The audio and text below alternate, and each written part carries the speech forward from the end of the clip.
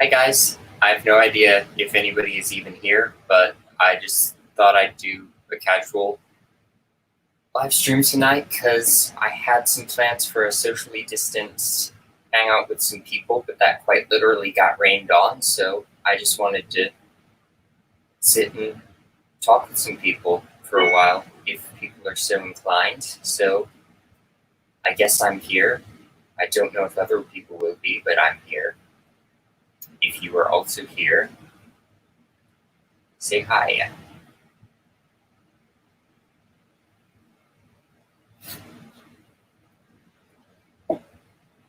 Well,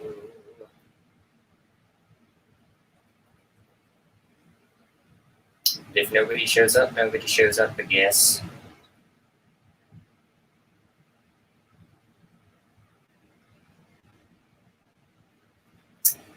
Oh, hey, 80s horror fan. How are you?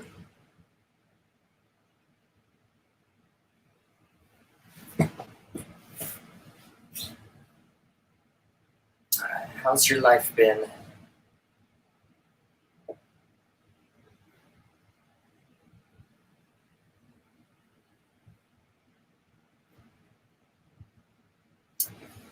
I hate you too, Ben. I hate you too.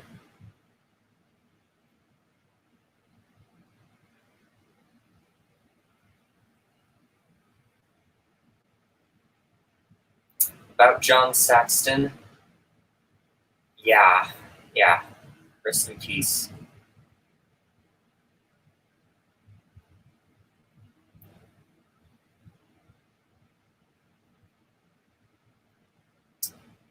So, I didn't even decide I was going to do this thing until, a few minutes ago. So, if there's anything that you want to talk about,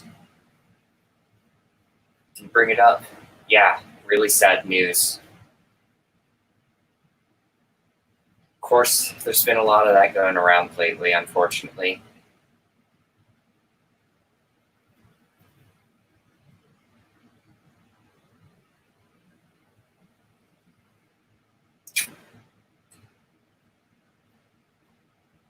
So, I'm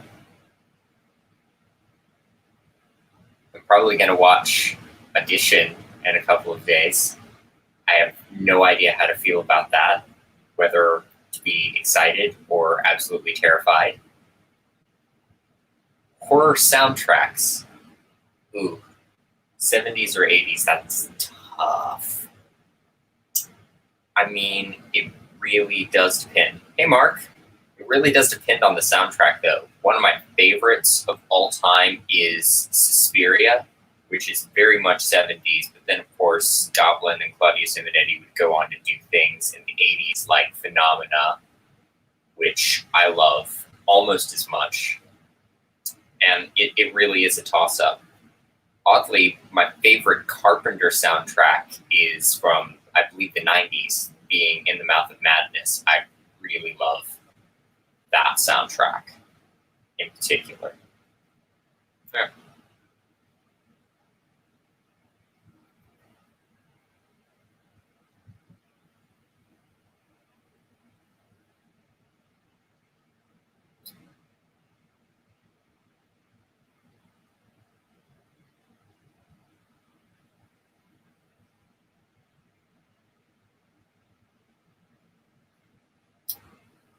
So, do you guys have particular favorite horror soundtracks? Ooh. I Know What You Did Last Summer is really good. It opens with Typo Negative's Summer Breeze cover. That thing is fantastic. I love that. And I didn't say no 80s love. I love 80s music in general. I think the 80s had the most consistently good music, in my opinion. But there are just things from before and after the 80s that I love a little bit more. Thank you, 80s. I do try to know as much as I can, but I am, lacking in some places. Nightmare on Elm Street 3, yeah. The Crow, absolutely The Crow. I think The Crow is just start to finish. You've got The Cure, Pantera, Nine Inch Nails covering Joy Division, and it all just sort of is this blend of goth and punk and industrial and heavy metal that really just fits perfectly. One of my favorite soundtracks, as opposed to scores, has got to be Return of the Living Dead, though. 45 Grave, The Cramps, a lot of really, really great punk and death rock type stuff. Just really, really fun. City of Angels, did that one have White Zombie on it? I don't recall. I think I'm pretty sure, yeah, their cover of I'm Your Boogeyman was on the Crow City of Angels. Yeah, Hall & Oates is a bit of a blind spot for me. I tend to lean towards the darker, weirder styles of music. So yeah, I don't know that much about Hall & Oates.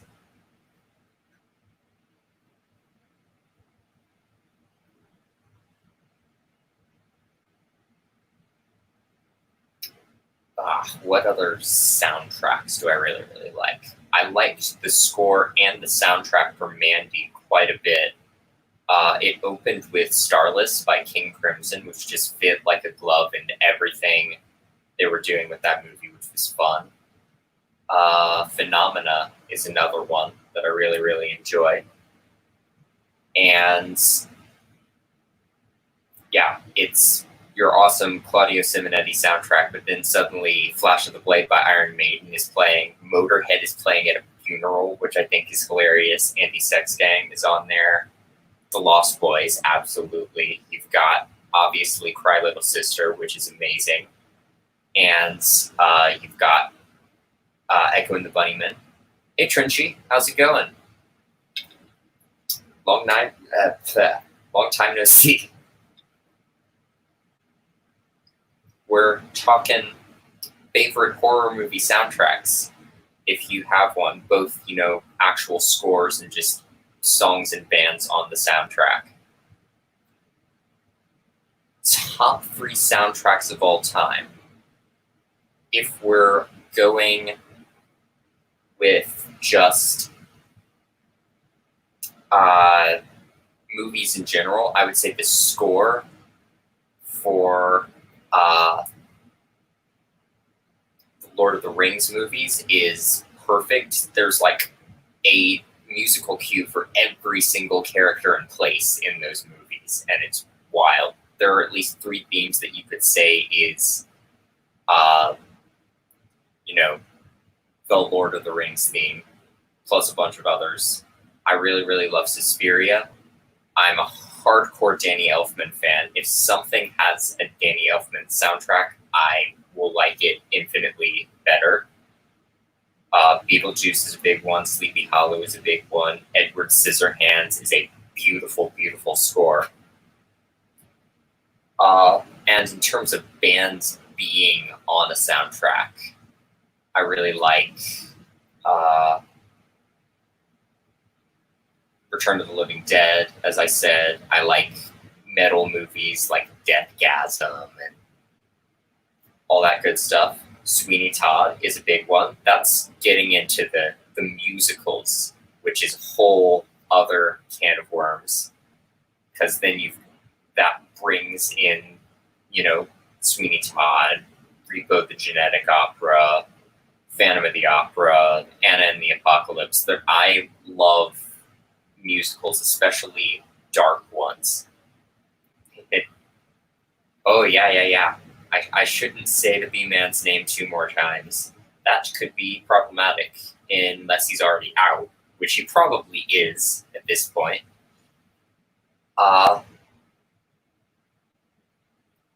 Yeah, it really does, Trenchy. It absolutely does. The music for Phantom of the Opera carries everything. And it really does depend on which version you're talking about, because there is the Lloyd Webber musical, but then the silent 1925 movie, it's a silent movie, so there are a bunch of different soundtracks. Hi, Zachary, by the way. How are you? We're talking movie soundtracks. And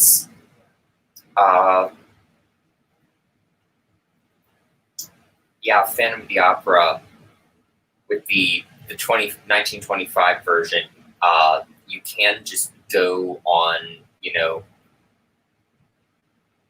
YouTube and find a public domain version of that just has random music over it, which I think is dumb, but just like random classical music looped. But if it has an intentionally done score, I really, really like that stuff.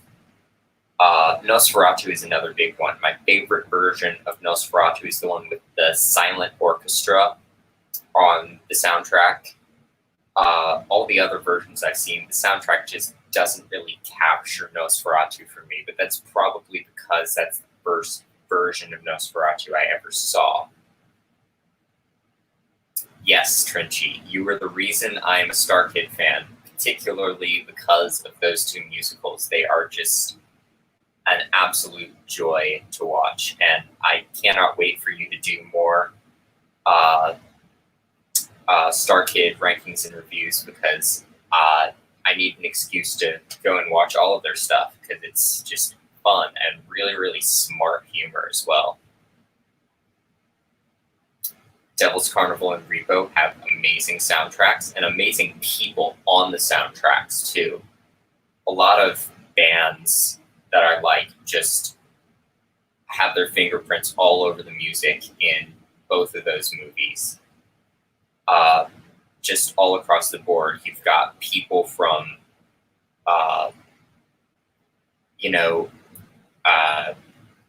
OTEP, Guns N' Roses, Bauhaus,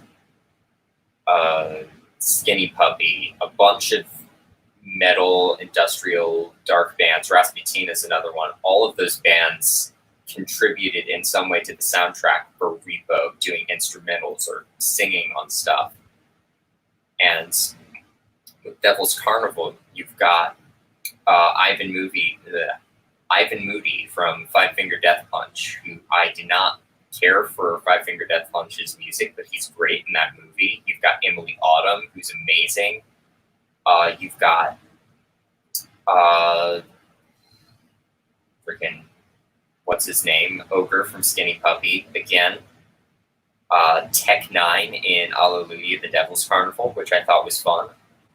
And they just all bring their own flavors to everything. And then, of course, you've got Bill Moseley in there trying to sing and failing. And it's still amusing because he's putting his heart and soul into it.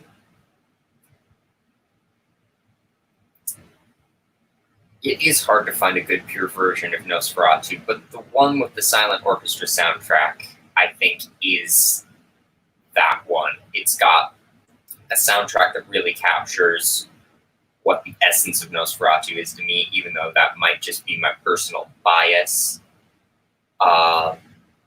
It's got this real... Well, it's been restored, so it's a lot clearer, and you've got the tinting of the film itself. So when you're inside or in a comfortable area, it'll be yellow. When it's nighttime, it'll be tinted blue, and sort of weird surreal scenes, it'll be tinted green. The sort of the color filters that they used in silent horror movies, especially the ones from Germany, are a really big factor that I don't think people credit enough. And Mark, say what you will about Rob Zombie's filmmaking, but his taste in music is something else. And Even when his movies aren't great, just listening to a mixtape of Rob Zombie's favorite music is always fun. And like literally in Halloween 2, I think Am I Evil by Diamond Head is playing in the car, which I thought was too funny, especially given the circumstances.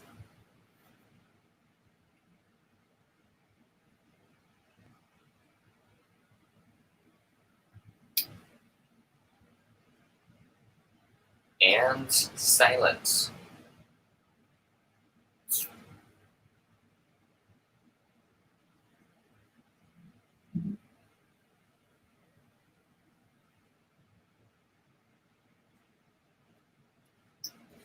Is there any movie that you think the music was particularly scary in? Because fun horror soundtracks and beautiful horror soundtracks are one thing, but uh, a lot of times when a soundtrack can effectively scare you, that's a whole other thing, and I really like that. So if you can think of a soundtrack that has actually scared you, let me know and tell me why too. I'd be interested to know.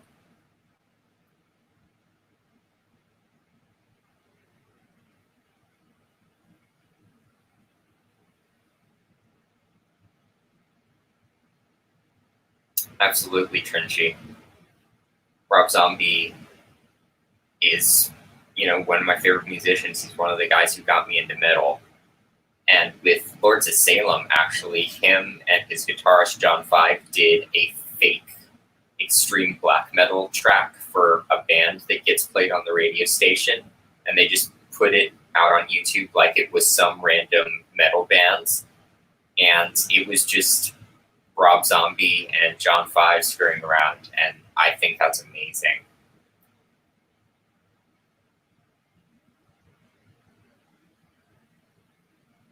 Alice Sweet Alice is one I haven't actually seen yet, Trenchy, interestingly enough. A lot of people have said good things about it, but I haven't seen it yet. Hey, Cody, we're talking horror movie soundtracks right now. If you have any particular favorites, or if there's anything else you want to talk about, I'm just here for an hour or so to chat about horror and relax in the evening because I just need that at the moment.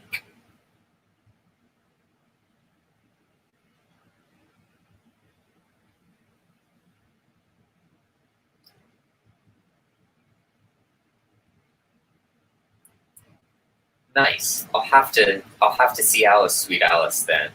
I've heard good things, but it's never been one I've actively wanted to seek out. Friday the 13th and Jaws are definitely good ones.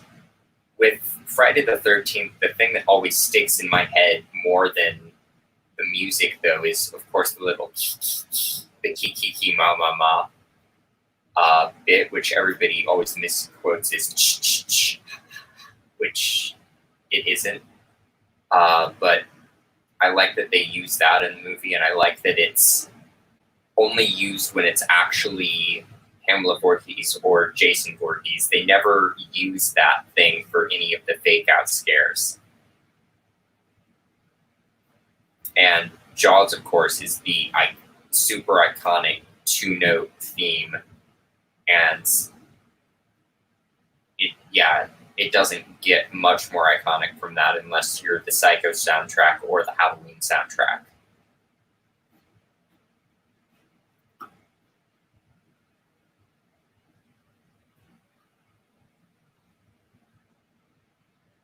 The Shining is an interesting one. The soundtrack for that one doesn't really stick in my head. It's very beautiful and atmospheric, but it doesn't really stick in my head as like a super memorable soundtrack with like a distinct theme. There were little bits of classical music and other things that Kubrick used in the movie that I thought were very pretty, and one piece that I swore was in the episodes of Dark Shadows that I can't think of, but yeah, the Shining's music is very beautiful and very haunting, but not as memorable as I wish it was. Uh, Other modern movies that I think do the same thing with their music and their filmmaking really well are uh, Robert Eggers' movies The Witch and The Lighthouse. For the percussion in The Witch, they used like sticks and logs and all natural stuff to create this very naturey, primal sort of sound that really fit with the movie. And with The Lighthouse, this sort of swirling soundtrack really sort of fits with the droning, blaring sound of The Lighthouse, which I love. And yeah, the Psycho soundtrack is amazing, super, super iconic. Bernard Herrmann's music is amazing in anything. I really, really love Vertigo's soundtrack, especially. Hi, Dezombified. I'm glad you could make it. We're just chatting for a little while about horror. We're on horror music right now. If you have any favorites you want to throw out there before you go, but I appreciate you stopping in.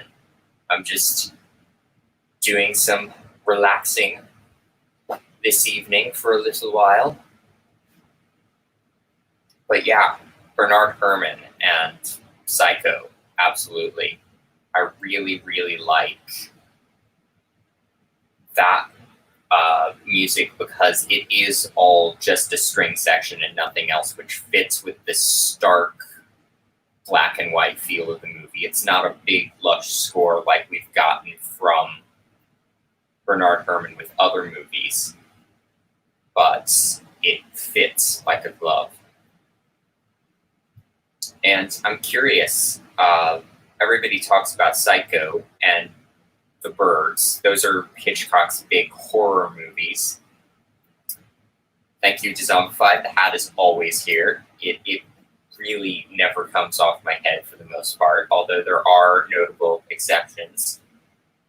But I do really, really like the soundtracks to the Hitchcock movies, and I wondered if other people have favorite Hitchcock movies outside of his horror stuff. I really like Vertigo and The Trouble with Harry and Rear Window, those things. The Conjuring movie score is another one that doesn't really stick in my head, but I do remember thinking it was atmospheric and pretty good. I've actually only seen the first Conjuring movie, though. I haven't seen any of the other Conjuring movies or any of the movies in the Conjuring universe. I haven't seen Annabelle or anything like that. Hello, sexy monkey, Sasha. Glad you could be here. It was my first time seeing you on anything earlier today, so it was glad to see you. Strangers on a Train. Yeah. Strangers on a Train is a really good one. It's been a long time since I've seen it, but that is an excellent movie. Rear Window is one of the best. I've seen that quite a few times. Dial M for Murder. It's been a hot minute since I've seen that one, but that one's good. I really enjoy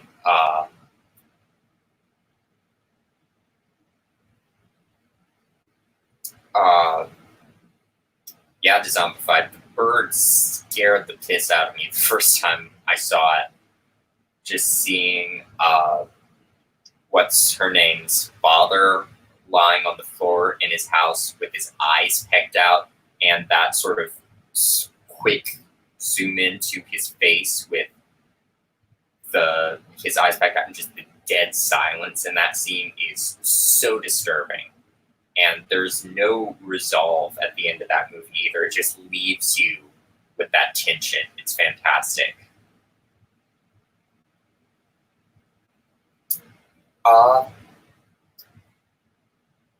Sasha, we were talking about horror scores earlier, and somebody brought up Psycho, and I got onto that, but I just started asking what people's favorite Hitchcock stuff in general is. If we're going with scores, I think my favorite Hitchcock score is Vertigo, but my favorite Hitchcock movie is probably Probably The Birds, but I really like Vertigo too, and The Trouble with Harry. It's hard. Uh, Pumpkinhead 2 Bloodwings is an interesting one. That is another score that I'm not super familiar with. And Brain Scan also. I did not know that George Clinton did the music for that, though, so I'm going to have to look into that. Trick or Treat is fantastic, especially if you're talking about the 80s movie. The Michael Dougherty Trick or Treat with the R is fantastic, of course. I'm probably going to watch that tomorrow morning. But Trick or Treat from the 80s, of course, you've got the music by Fastway, who are fantastic. I love some 80s metal.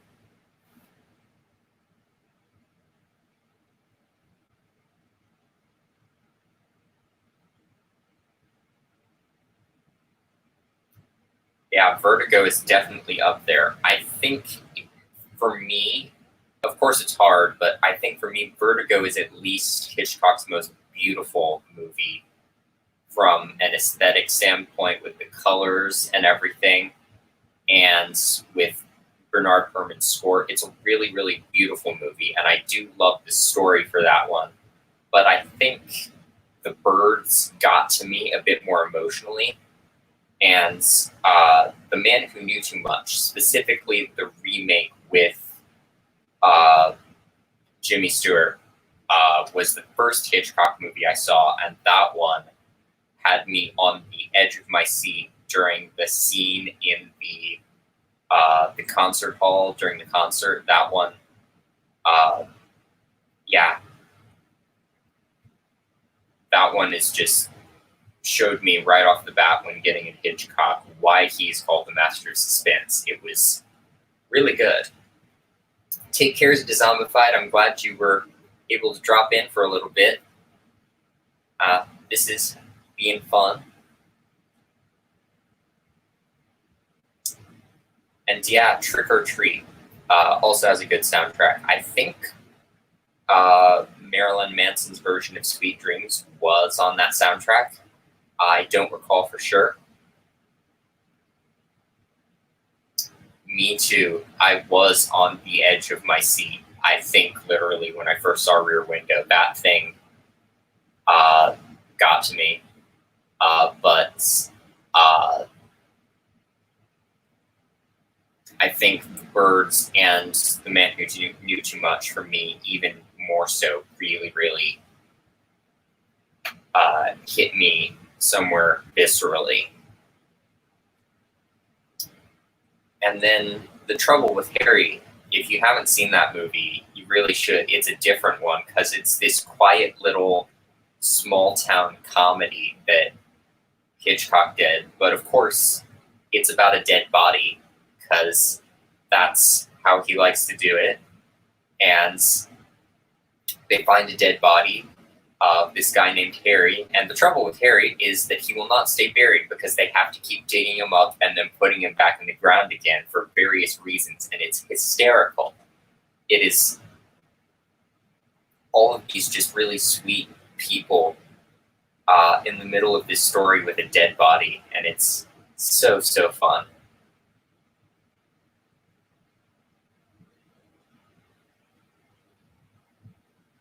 Yeah, suspense scores, suspense movies in general. Cody. I don't believe I've seen The Secret Window, Mark. What is that one about? I'm intrigued.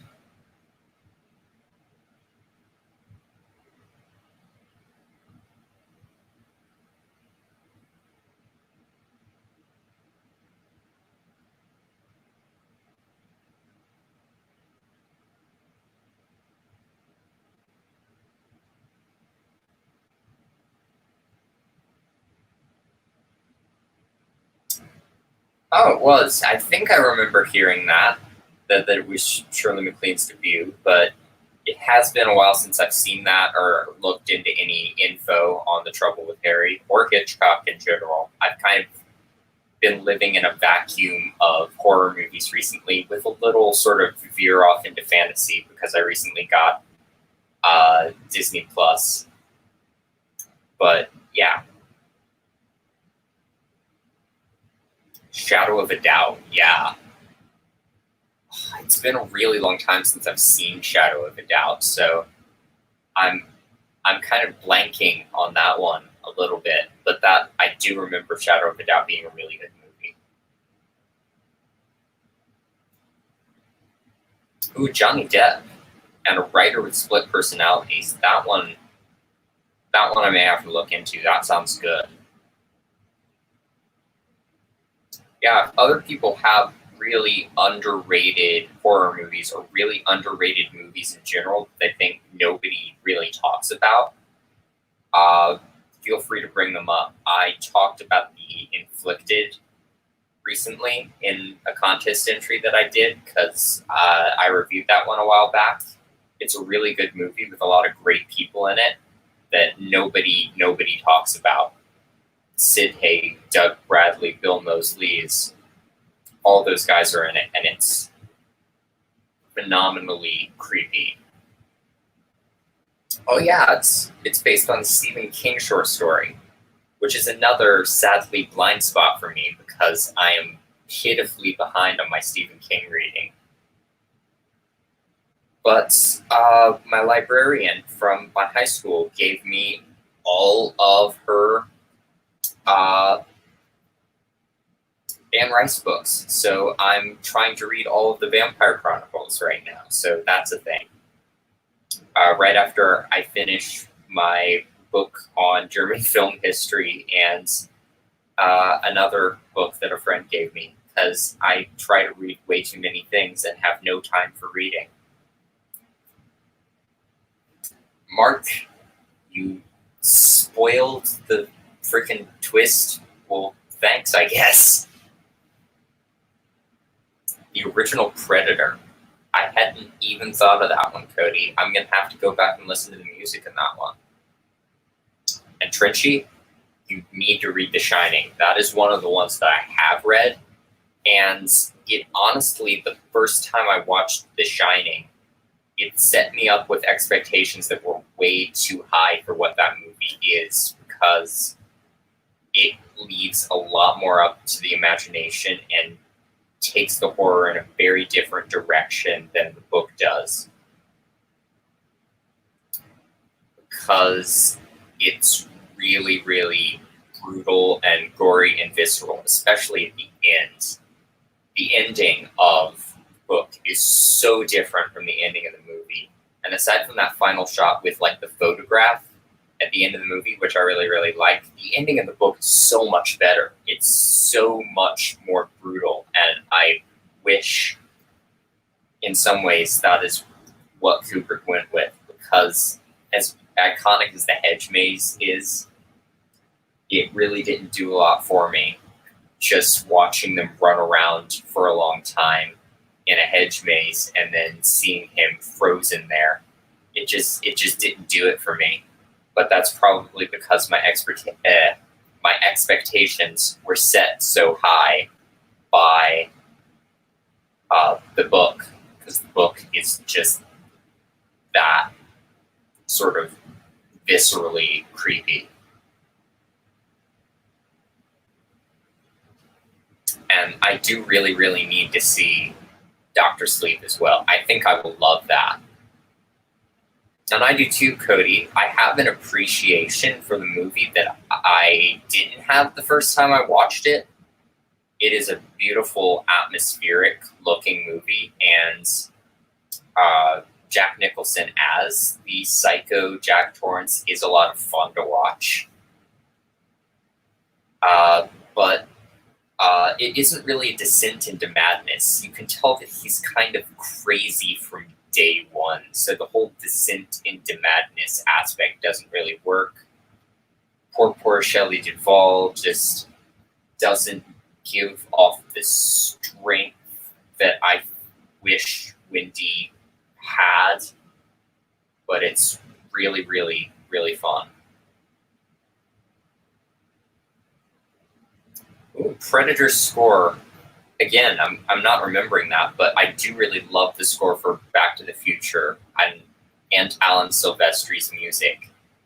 I'm trying to remember, did Silvestri do the music for Who Framed Roger Rabbit as well? Because the soundtracks for those movies, not to mention, their director between Back to the Future and Who Framed Roger Rabbit, feel very similar to me.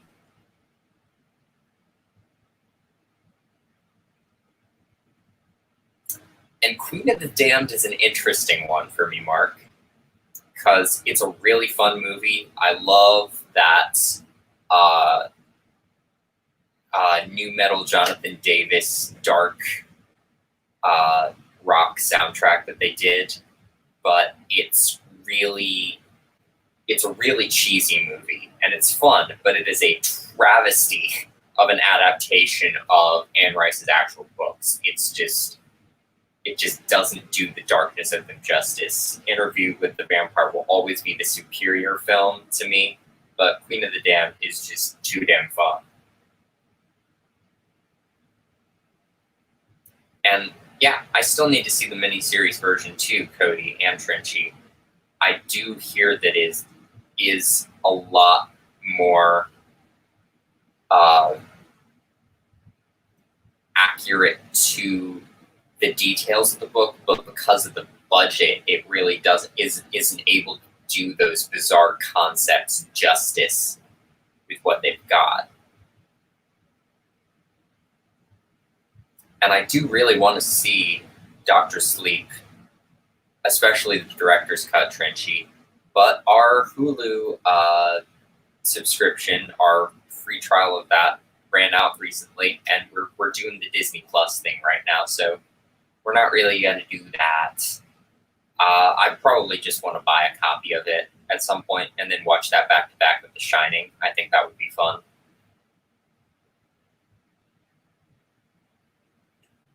And yeah, Queen of the Damned isn't for everybody. It's a really silly movie, and but I do love it for the cheesy piece of gothic fun that it is. And all right, yeah, he did do the music for Who Framed Roger Rabbit then, which is a really fun movie, by the way. That mixture of animation and live action still blows my mind.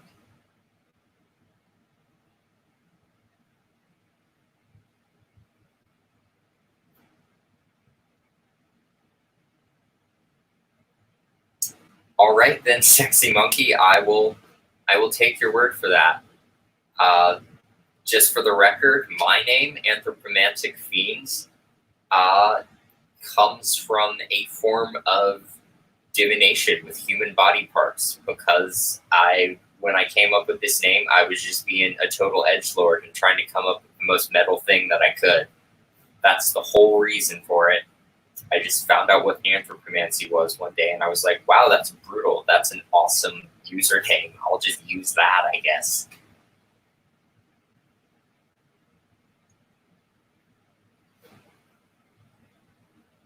And yes, Tim Curry as Pennywise is iconic. Mark, in some ways, I much prefer Skarsgård.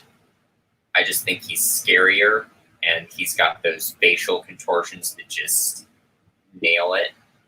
But Tim Curry's a lot more fun. He's just absolutely hysterical, especially in the scene in, I think, the library, where excuse me, do you have Prince Albert in a can scene? Which is funny every single time.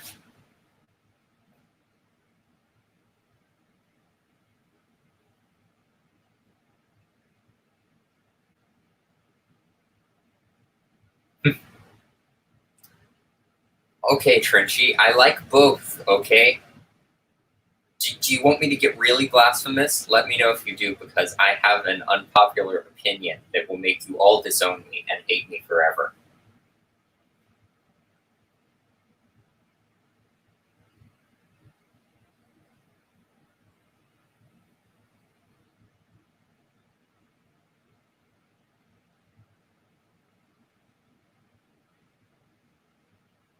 Also, if anybody actually wants to get on here and talk with me in a little bit, I will put the link in the chat so you can just hang out for a little bit. But I'm not going to be on here too long. I do want to do some things besides be on the internet with the rest of my day before I go to bed. I just wanted to hang out for a bit this evening.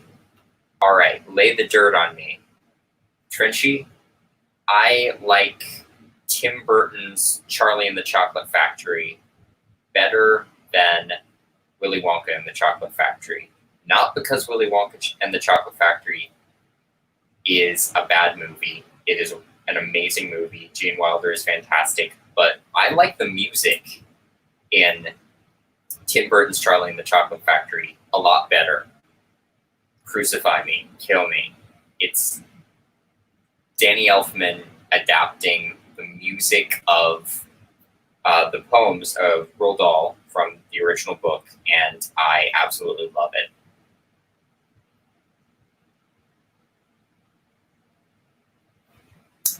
Yeah, well,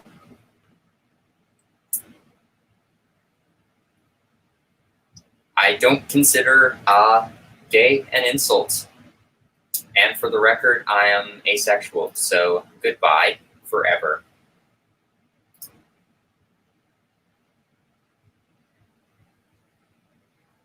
All right, the link is coming.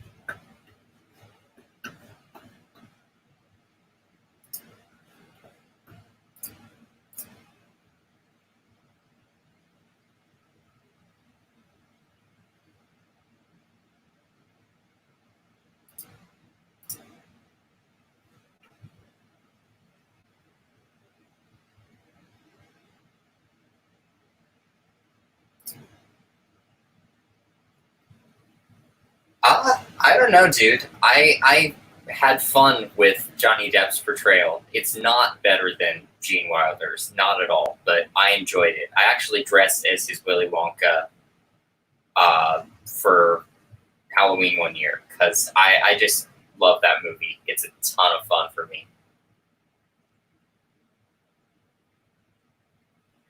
All right, I think that's the link. If it's not working, let me know, but it's there.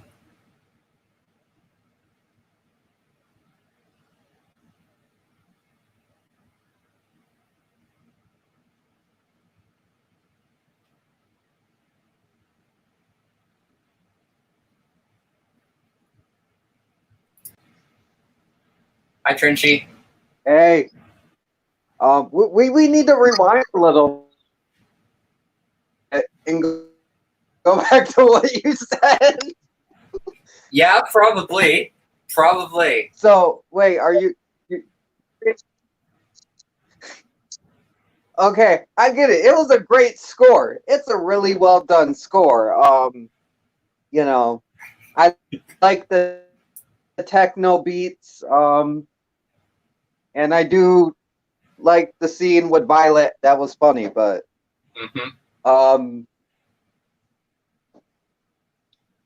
yeah, everything else is yeah. Okay, look, I think everything about the Gene Wilder version is 10 times more iconic and deservedly so. But right. I like all the little details from the Roald Dahl book that's in the movie, and I like the Danny Elfman soundtrack better personally, because instead of getting, Oompa Loompa over and over and over again, you've got 4 totally different songs that are really fun. Yeah. Oh no, those songs were good, man. I don't mind that part of the movie. It's just some other things were happening in there. Yeah, fair enough. There's some stuff in that movie. I'm trying to think what else. There's the weird. Just came up with that. Yeah. there's that weird like It's a Small World thing when they open up the chocolate factory gates. I don't even know what they were trying to do with that. Yeah, it's like you know, you get John. You start with Gene Wilder, and he comes out, and he's like pretending to be a crippled, and he starts doing flips and shit. And it's like, oh, this guy is kind of creepy, you know. This guy's, something off about him. Johnny Depp is like a bunch of dolls. Fucking Yep. He tries to do this little intro thing with the little Willy Wonka song that is really annoying, and then they just melt in front of your face, and he's just standing off to the side with the audience applauding. It's honestly hysterical. Yeah, it was funny. I did enjoy that. I don't hate the movie as much as everybody else does. Yeah, because I actually like. Yeah, you go. Oh no, you go. I'll say the thing later. I was gonna say I liked some of Tim Burton's remakes. I liked at least the first Alice in Wonderland one, because I thought the characters were very well done and the atmosphere is great. Yeah, I did too, actually. I'll admit it's not a perfect movie, but I'm a little bit of a Burton nut. I own Alice in Wonderland. I do also own Alice with the Looking Glass, even though it's not as good. And I own a little Hatter Funko Pop and the Alice in Wonderland video games, because I'm a Burton-obsessed nerd. Oh, it's fine, because I love Alice in Wonderland, so I'll watch pretty much anything on that. The second one was too much for me, but I liked the first one, at least. Yeah, the second one kind of was weird, but I liked Sacha Baron Cohen. Sacha Baron Cohen this time. He was funny. I'll have to give it a second chance, because I just because I remember, didn't they like leave Wonderland? And I'm like, that's bullshit. This movie sucks. Alice leaves Wonderland for a little bit, is in like a mental hospital for all of 2 seconds, and then goes back to Wonderland. It's weird. Oh, I thought the time guy was like outside of Wonderland. Never mind. I don't know. Yeah, I don't think he left Wonderland, but maybe he did. Oh, I don't know, man. Yeah. I don't know. Yeah. So I'm a pretty big just Alice in Wonderland nerd in general. Do you have a favorite version? I really like the Disney version, but I also like this. There's this really weird one. I think it was like maybe 50s or 60s, and it's like the people are like dressed up animals and shit. That was pretty cool. I know there's a lot of them like that, but yeah. Have you seen the Russian one from the 80s? Is that the one with the Jabberwocky? And he's like this big scary dragon thing? That was cool. Okay, before we say anything else, look at this beautiful comment down here. Look at this. Look at this nonsense. I have trolls now. Isn't this wonderful? Oh, I saw the troll, but dude, I wasn't a mod, so I couldn't take him out. I saw the troll, though. One of them. Yeah, I should make you a mod, dude. I haven't modded anybody yet. It's fine. I don't mind it. It's just that it would probably help so you don't have to see some of this, because you're a good dude, man. You don't deserve to see this shit. Yeah, I just think it's funny. It's just stupid. Yeah. I don't know. I think he's talking about more about me than you, because I'm a virgin. I'm ugly. I like musicals, so apparently I'm gay. Yeah, musicals are apparently a gay thing. I love musicals, but it's you again. Thank you for the entertainment. I was talking to this dude this morning about it, and he's like, musicals are inherently gay because he was talking to me. I'm like, dude, I'm not gay though. Like, it was funny. He was nice about it though. We were just having a casual conversation about it. And then he's like, dude, if you could like recommend some musicals, and I started throwing out some shit. Mm-hmm. Yeah, I really I made him. Huh? Yeah. Go on. Oh, you. Yes. I'm sorry. I'm a dick. No, whatever. It's kind of hard, especially with live streams. Everybody talks over everybody. You go. Yes. I said I made him a playlist of shit because I put he wanted to see Alice Sweet Alice, so I put the movie was free on YouTube, so I made a playlist with that and then a bunch of musicals for the dude.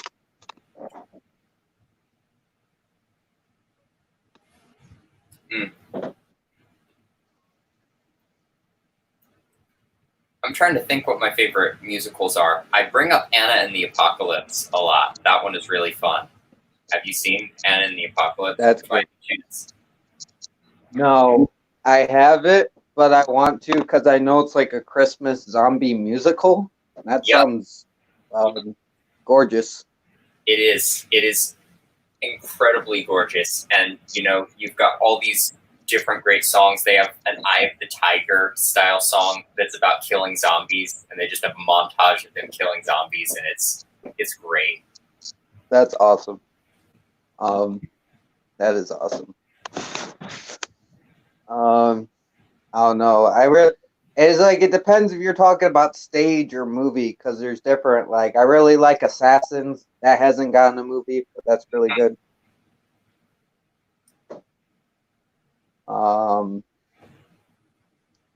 Star Kid, they're all amazing. Yeah. Can't really go wrong there. Mm-hmm. Oh, hey Danny, this is my friend Easy Bake Coven. He does a lot of metal stuff. He's fun. Oh, nice. Yeah. I got my first troll today. Are you proud of me?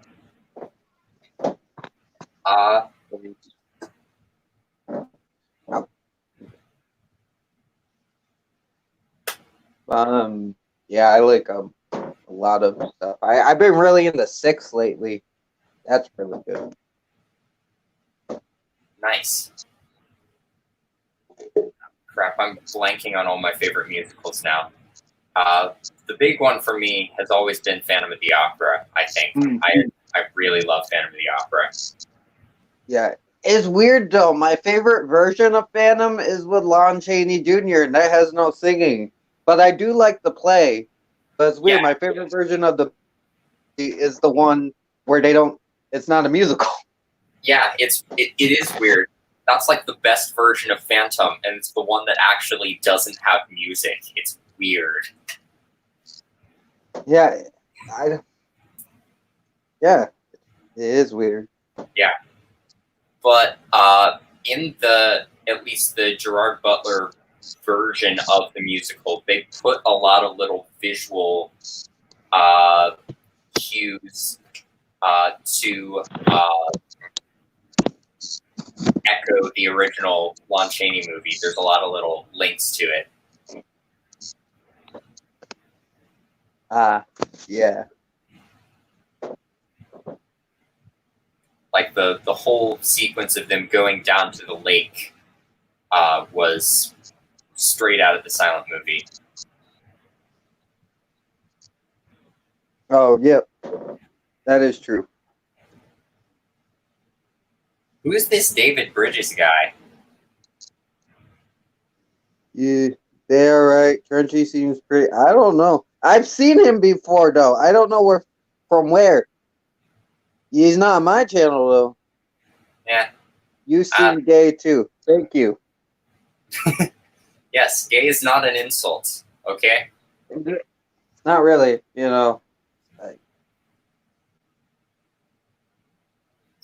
Dude, I have a video on my channel. I'm not actually gay, but I have a video on my live stream on my channel where it's like coming out of the closet, and I walked out of a closet in the live stream. So nice. yeah, that's probably where the thing comes from. Yeah, my closet is too cluttered for me to actually get in there in the first place, so I can't come out of the closet. Right. Okay, should I block David Bridges? He's now insulting your intelligence. It's up to you, man. If he's bothering you, fine. He's not bothering me. You know? All right. If he's Yeah. but dude, if you're a channel, man. Yeah, he's not totally shouting abuse at me. I'm gonna put him in timeout. He's out for 5 minutes. He's more going after me, which I like that. Dude, if you're gonna get trolled, I'd rather be up here and have them saying shit to me than trolling you, because you don't deserve to be trolled. Yeah, it is kind of interesting to hear what kind of insults people try to give me, though. It's like the whole idea of a roast is always been really interesting to me. Just seeing how people. They said they said I had an IQ of a rock, and I think they're right. So it's not like you're not wrong. You have great taste in movies and all this film knowledge, though. Yeah, but that doesn't add up to life skills.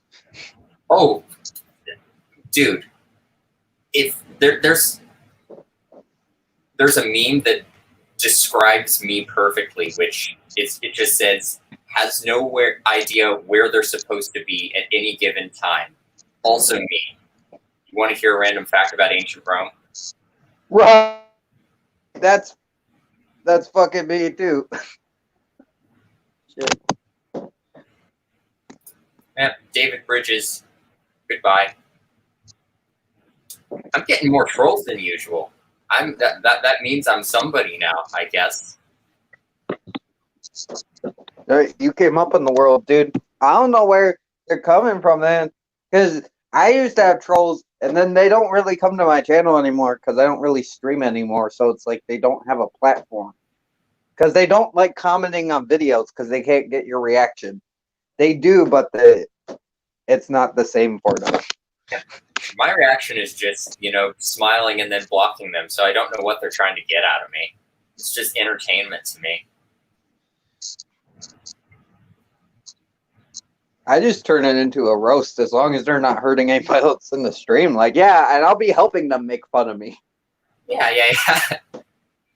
Oh, yeah. If you want to get into self-deprecating humor, I can go there.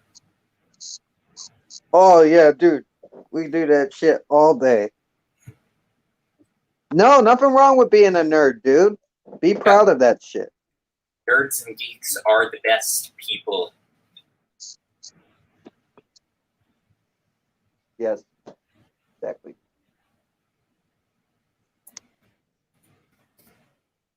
Oh, and Sexy Monkey also brought up West Side Story earlier, which is another really good one that I haven't seen in a while. Yeah, that's good, actually. I actually do like that one. Mm-hmm. Interestingly, since that one is an adaptation of Romeo and Juliet, they showed that at our Shakespeare festival here, our Shakespeare in the Park a while back. They did West Side Story as one of their plays. Oh, nice. That's cool.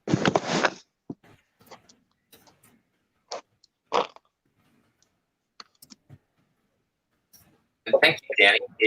I see it as a sign of progress, too. It is. Yep.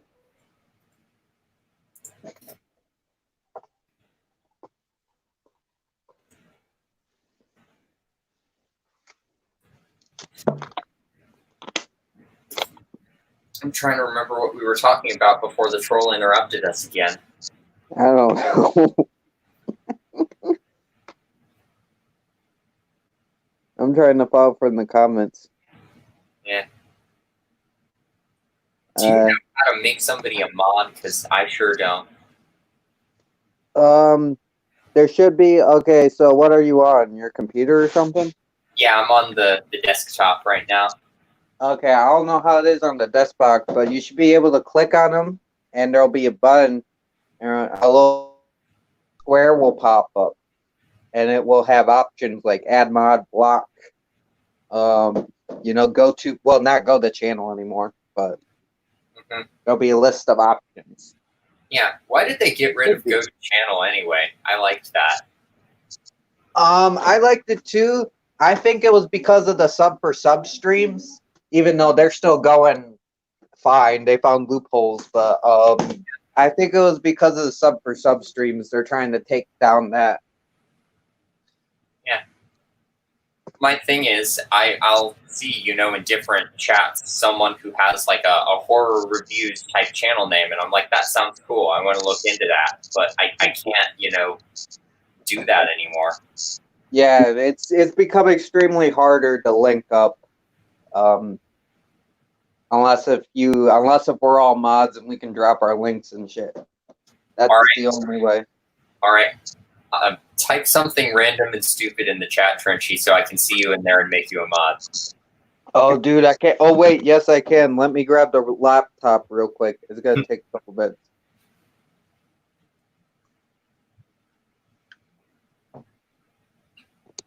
I will be back. All right.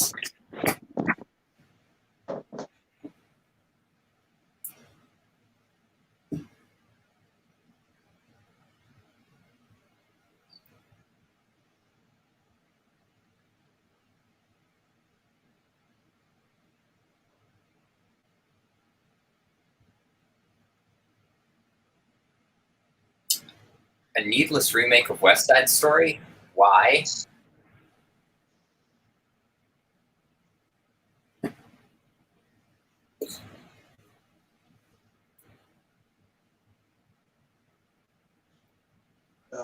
Okay, 2 minutes.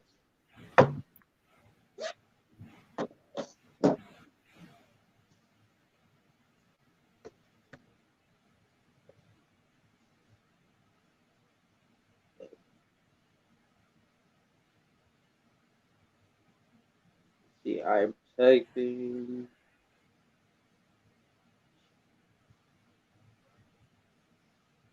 Thanks, Danny. I'll be checking that out in a sec. Okay, I'm about to type something in. I don't know if you'll see it. All right.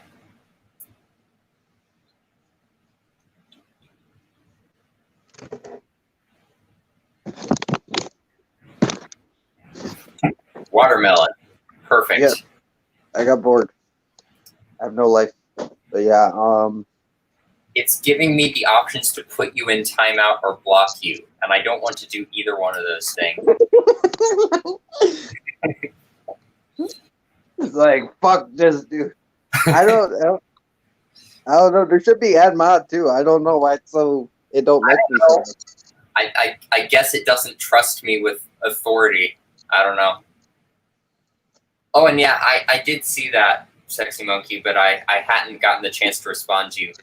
I didn't think it was unwatchable. I don't think it's an especially well-made movie. I do think the overdependence on CGI isn't great, but I'm just a sucker for Tim Burton's aesthetic and the overall style of that movie and the storyline. I just thought it was a fun movie. I like the Cheshire Cat CGI, but yeah, there was a lot of it. Yeah, he was a treat. Mm-hmm. I like how he had this like evil demeanor to him. It was weird because he was like calm and nice talking. Then he's talking about to the Mad Hatter, like, "Hey, if you lose your hat, I'm gonna take your hat." And it's like, yeah, I want you to die. Yeah.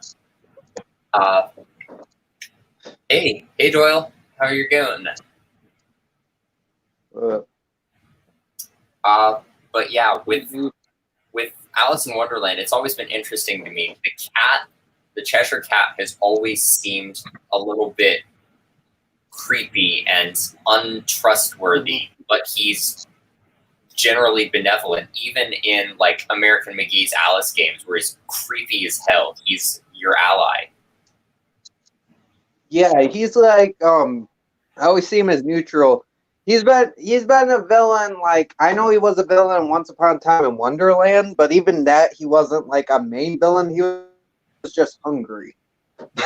Yeah. And like in the original Disney movie, he's just causing mischief. He's not intentionally antagonizing Alice. He's just screwing with people, and it almost costs Alice her head. Yeah, he's just kind of he's kind of like Puck from Shakespeare. Yeah. The elf person. Oh yeah, absolutely. He really is a feline version of Puck from Midsummer Night's Dream. I do see that. Mm-hmm. Yeah. Just like you said,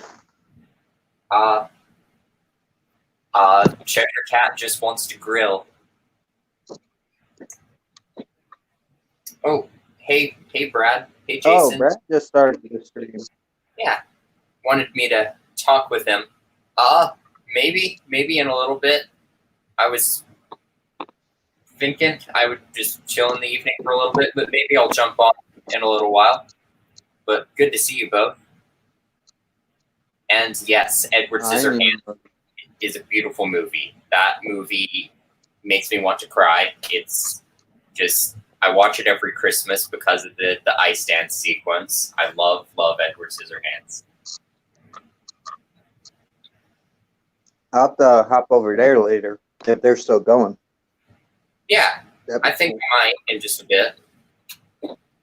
You know, well, no, I don't want you to end early or anything. You know. Oh yeah, no. I was thinking I'd probably just go for about an hour or so. So I'll like ends in I don't know, 10, 20 minutes, something like that. Whatever you want to do, dude. You're all right. You're in charge. Cool. And yeah, people are talking about their favorite Tim Burton movies now. Edward Scissorhands is a big one. Batman is Doyle's favorite. Beetlejuice is my favorite. I absolutely love Beetlejuice. Just, it's a really silly movie, but the characters just they get to me. I love Edward Scissorhands too. I don't know if it's my favorite. I don't think I've seen every single Burton film. Mm-hmm. And plus, then you get in the weird territory with like Nightmare Before Christmas and Games with the Giant Peach, because then you can kind of fight our day Burton films, you know. Yeah, I think.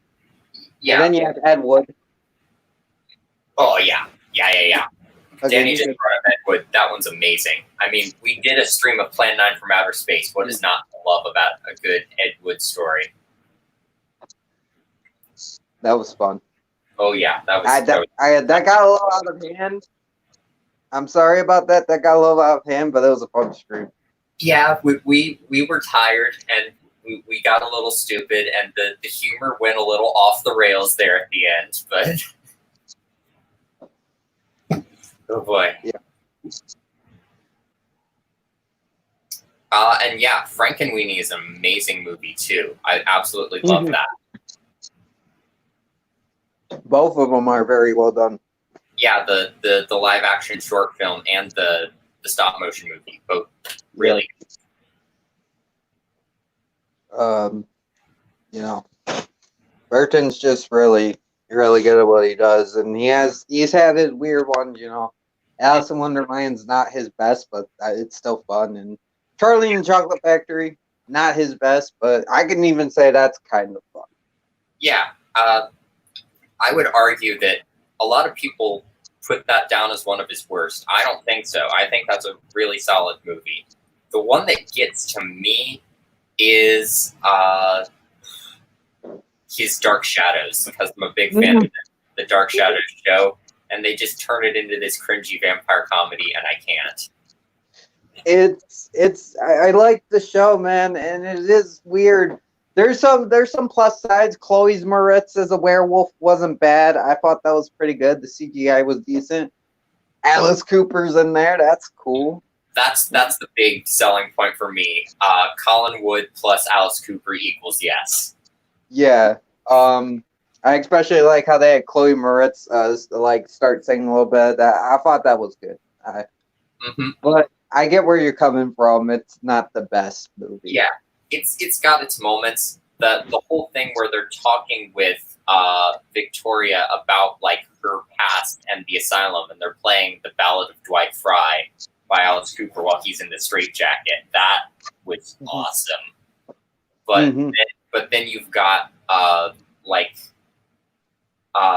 what is it? It's Barnabas Collins smoking a joint with a bunch of hippies and then killing them. It's so weird. It's weird, but I like that scene. I found it funny, but it's definitely not Dark Shadows. No. And then there's his sort of weird, like, out of time, like, ideas about, like, women. And it's just like, you have wonderful birthing gifts. And it's just like, what is happening? Yeah.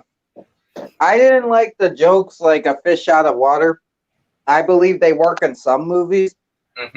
But like that, and like they did it in Holmes and Watson, where it's like, look, we invented the text, but it's 1914 or something. It didn't work. And that's what murdered Holmes and Watson.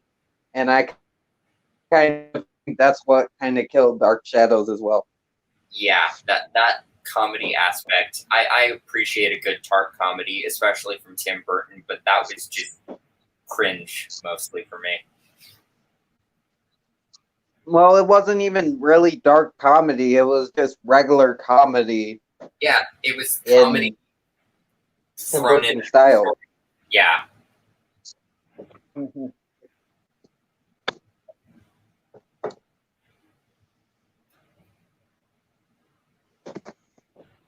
So going back to the whole musicals thing, I brought up Beetlejuice. Have you seen the stuff from the Beetlejuice stage musical? I've seen a little bit. I've seen bootlegs. I've seen live performances. I do like the soundtrack. I think it's a great musical from what I've seen. These people online put together an online version of it from quarantine. They did a quarantine version, a full production of Beetlejuice, and it's pretty cool. Damn, I didn't even know about that. I'm gonna have to check that out now. That sounds amazing. Dude, I wish there was a way I could send it to you because it's on there, though. It's easy to find. All right.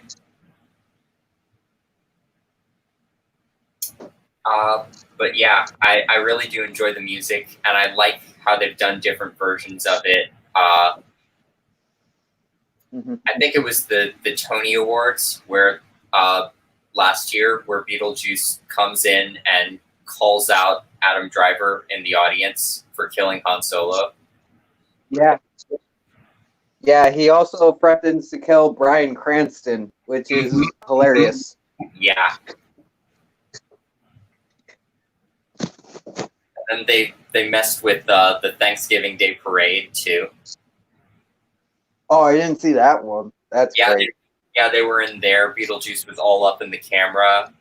He called Al Roker, who was one of the guys on the mic, one of the announcers. He said that he was hot. He thought he was sexy. It made him uncomfortable. It was fun. That's awesome. That's awesome. All right. Yeah. Unless there's anything else you want to talk about, I'm probably gonna get off here. Oh no, dude, it's your stream, man. All right. We can go over. Well, I'm gonna probably go over to Brad and Jason's and. All right. I'll probably join you, but we'll see. Yeah, you guys. Everybody have a nice night and stuff. Yeah. Take care, and I'll hopefully see you another time. Bye, guys. Yep. Stay frosty.